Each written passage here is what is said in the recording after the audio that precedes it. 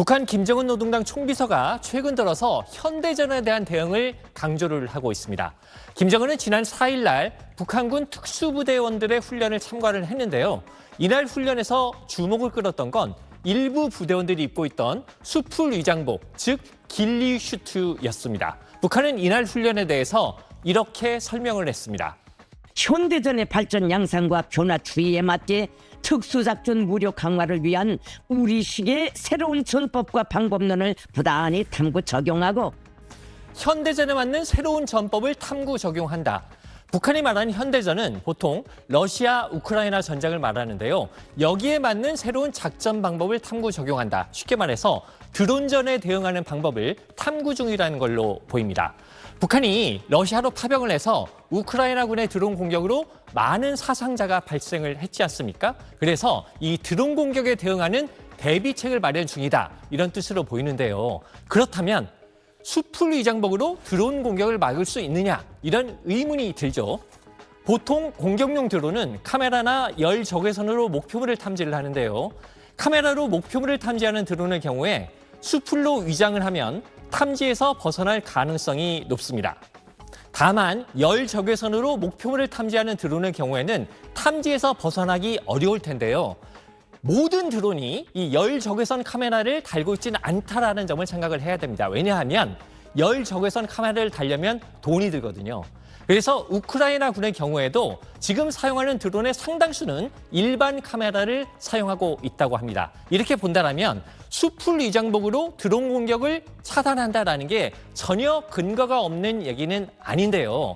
이거보다 훨씬 중요한 점은 뭐냐? 북한의 개별적인 행동 하나하나보다도 북한이 지금 변하는 현대전에 대응하기 위해서 굉장히 여러 가지 노력을 하고 있다는 점입니다. 김정은은 지난달 하순에 무인기 시험을 참관을 했는데요. 이때에도 현대전에 대한 대응을 강조를 했습니다. 지능화된 무인기들을 군사력의 주요 수단으로 이용하기 위한 경쟁이 가속화되고 군사 활동에서 그 사용 범위가 부단히 확대되고 있는 현대전의 추이에 맞게 특히 김정은은 이날 장비의 무인화 말고도 작전 방안, 군사 이론 같은 소프트웨어 부분도 현대전에 맞게 고쳐야 한다고 강조를 했습니다. 급속한 과학기술의 발전에 따라 일어나는 수많은 객관적 변화는 우리의 군사 리론과 군사 실천, 군사 교육의 많은 부분을 갱신할 것을 요하고 있으며 김정은은 지난 2월에 장교 양성 기관인 강건종합군관학교를 방문한 자리에서도 현대전에 부응하는 장교 교육을 강조를 했습니다. 예전과 같은 보병 중심의 지휘관 교육이 아니라 드론전을 지휘할 수 있는 장교 교육을 해야 한다는 겁니다. 모든 학생들이 현대 전장들에서 이루어지는 실전 경험들을 우리식으로 소화 습득하며 현대전에 상응한 지휘 능력을 갖춤으로써 확실한 승리만을 이룩하는 러시아 파병을 통해서 현대전의 양상을 보고받은 김정은이 최근 가는 곳마다 현대전에 대한 대응을 강조를 하고 있는데요. 북한이 이렇게 변화하는 전쟁 양상에 적응하려는 노력을 우리가 결코 무시해서는 안 되겠습니다. 우리도 러시아, 우크라이나 전쟁을 철저히 분석을 하고 변화하는 전쟁 양상에 적응하려는 노력 게을리해서는 안 되겠습니다. 지금까지 한반도 포커스였습니다. 북한이 지난해 말부터 올해 초까지 전국 20개 지역에 옷공장, 식료품 공장 같은 경공업 공장들을 잇따라 준공을 했습니다. 이른바 지방발전 20승 10정책의 일환인데요. 이게 무슨 정책이냐고 하면요. 내년 전국 20개 시군에 현대적인 경공업 공장을 만들어서 10년 안에 지방 주민들의 생활 수준을 한 단계 향상시키겠다는 김정은의 구상입니다. 올해 2년차 건설이 시작이 됐는데요. 최근 노동신문에 주목할 만한 글이 실렸습니다. 새로 생겨난 지방공업 공장들에서 생산 정상화의 도움을 높이 올려야 한다. 원료기지 생산 능력을 높이고 기술자, 기능공 대여를 강화를 해서 지방공업 공장 생산을 높은 수준에서 정상화해야 한다. 이런 내용들입니다. 공장 운영을 잘 하라는 동료로 볼 수도 있겠지만 공장이 잘 돌아가고 있다면 굳이 이런 얘기를 할 필요가 없었겠죠. 공장 건물은 지어졌지만 실제로는 공장이 잘 안 돌아가고 있다. 이런 실토로도 보이는데요. 통일부는 북한이 만든 공장 상당수의 가동 징후가 있지만 생산 정상화라고 할 정도로 본격적인 생산은 이루어지지 않고 있고 그나마 일부 공장에서는 가동 징후가 없다고 밝혔습니다. 공장 준공식 당일에 5시간만 생산을 하고 아직 본격적인 생산에 들어가지 못하고 있다는 북한 내부 소식통의 전원도 수집된 걸로 전해졌습니다. 그렇다면 준공식까지 가진 공장들이 왜 제대로 가동이 안 되고 있을까요? 북한이 군인들을 동원해서 건물은 지어줬지만 원료 조달이나 전력 문제 같은 공장 가동에 필요한 것들은 다 지방에 떠넘겼기 때문으로 보입니다. 지방에 있는 간부들이 원료 조달을 알아서 해야 되는데 그러면 어떻게 하라는 거냐? 북한 매체들이 말하는 걸 보니까 자기 지방의 원료 원천에 의거한 소비품 생산 이런 원칙을 강조를 하고 있습니다. 이게 무슨 얘기냐? 좀 쉽게 설명을 드리면 기름 작물이라는 게 있습니다. 피마주, 역삼, 해바라기 이런 것들인데 이런 작물을 재배를 하면 기름을 짤 수가 있고 이걸로 비누를 만들 수가 있습니다. 또 머루, 다래, 오미자 이런 산 열매를 확보를 해서 이걸로 음료수 만들어라 이런 식입니다. 이러다 보니까 이 지방발전 정책이 실행된 이후에 각 지역별로 이런 기름작물 등을 심기 위한 원료림 조성 작업이 대대적으로 진행이 됐습니다.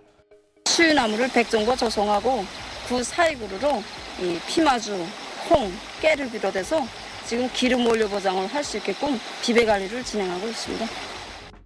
경제적 가치가 있고 자기 지방의 기후 풍토에 맞는 산열매 나무들을 많이 심고 포치기 위한 사업을 구체적인 계획 밑에 해나가고 있습니다. 하지만 이런 방식으로 원료를 조달해서 생산을 정상화하는 데는 한계가 있었겠죠. 그러다 보니까 지금 생산이 제대로 안 되고 있는 것 같은데 북한은 지금 지역의 간부들만 다그치고 있습니다. 노동신문은 지방공업 발전 정책의 실행은 명백히 시 군당 책임 간부들의 몫이라고 닥달을 하고 있는데요. 김정은은 이미 공장 착공식을 할 때부터 생산을 못하는 것은 죄악이다라고까지 말을 하면서 지방 간부들에게 책임을 밀어놓은 상태입니다. 생산 건물들을 번듯하게 건설하고 현대적인 설비들을 갖춰놓고도 원료 자재가 부족하거나 이런저런 사정으로 공장 운영을 정상화하지 못한다면 그것은 당과 국가 앞에 인민들과 군인 군수자들 앞에 죄악으로 됩니다. 지금 공장이 제대로 안 돌아가고 있는 지역의 간부들은 언제 책임 추궁을 당할지 몰라서 전전긍긍하고 있을 걸로 보입니다. 제대로 대책은 안 세워주고 원료는 알아서 조달해라. 근데 생산은 꼭 해야 된다. 이런 어이없는 주문들이 지금 내려가고 있는 걸로 보입니다. 지금까지 한반도 포커스였습니다. 북한에서는 요즘 우리 고등학교에 해당하는 고급 중학교 졸업생들이 최전방 입대를 탄원하고 있다는 선전전이 대대적으로 벌어지고 있습니다. 전방 입대 탄원은 평양에서부터 시작이 됐는데요. 지난달 26일 날 평양의 청년공원 야외극장에서 수천 명이 모인 가운데 고급 중학교 졸업생 300여 명이 최전방 입대를 탄원하는 것을 축하하는 모임이 열렸습니다. 경례하는 아버지 김정은 교수님의 대우사로 청춘을 빛내어 나가겠다는 것을 굳게 결의한다. 우리 평양의 아들딸들이 전국의 앞장에서 빛을 들고 남원조 최전열로 달려나가는 것을 열렬히 호소합니다. 이날 행사에서는 공화국 영웅이라는 사람이 졸업생 대표에게 입대를 독려하는 의식도 있었습니다. 졸업생 동무들, 사랑하는 우리 조국을 게을리요 굳건히 지켜주십시오.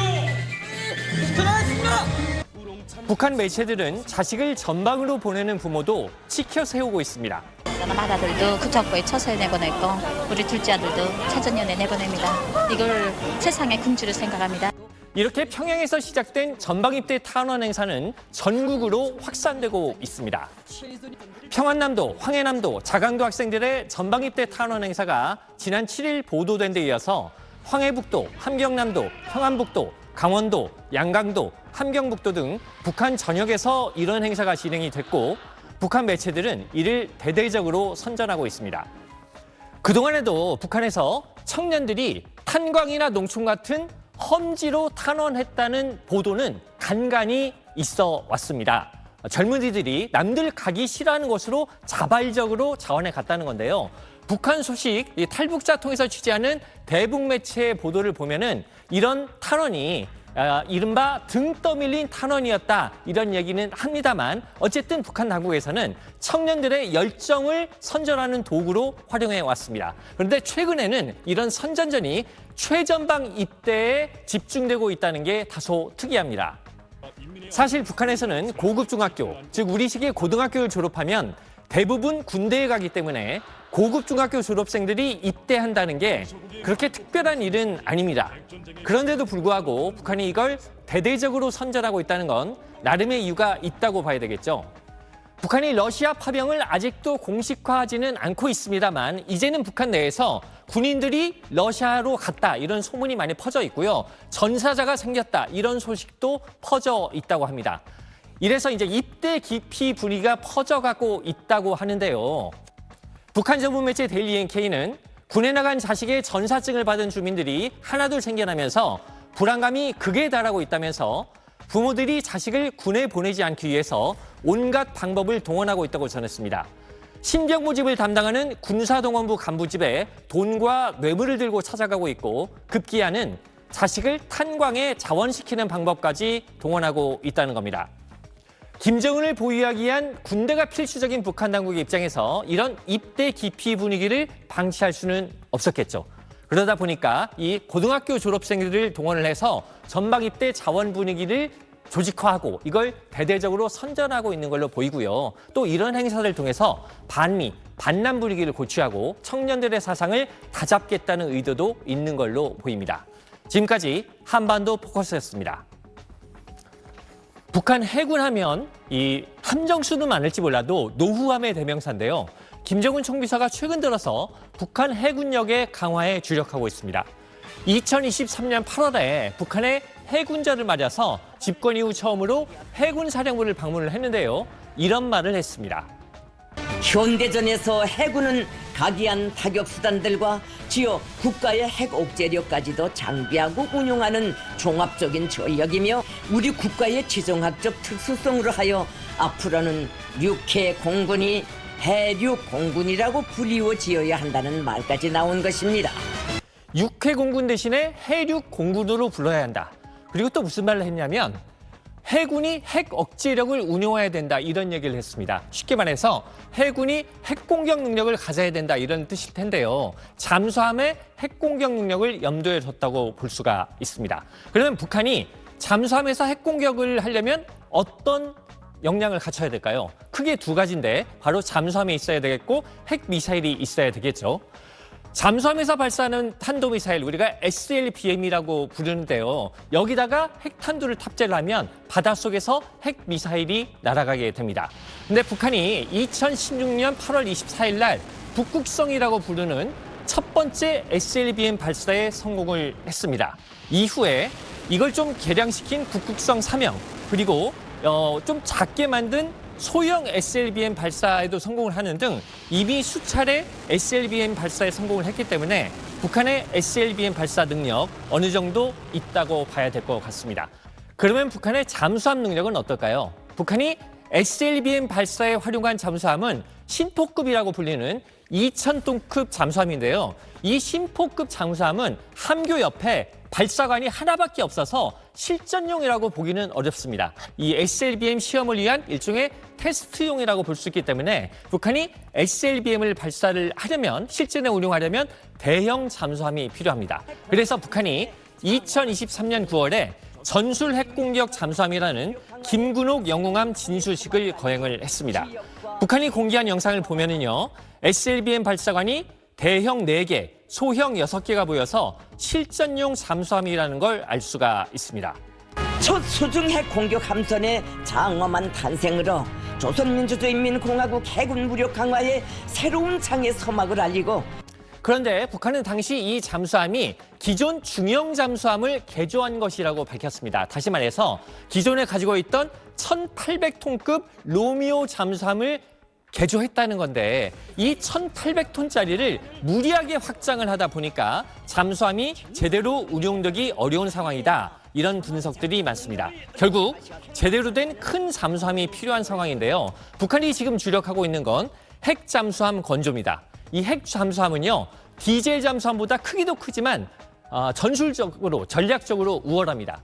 기존 디젤 잠수함은요, 이 축전지를 충전해야 되기 때문에 수시로 물 위로 올라와야 돼서 적에게 발각되기가 쉽습니다. 그런데 이 핵잠수함, 핵추진 잠수함은 원자로를 동력으로 삼기 때문에 물속에서 필요한 거의 모든 걸 만들 수가 있거든요. 그러니까 무제한 잠항이 가능합니다.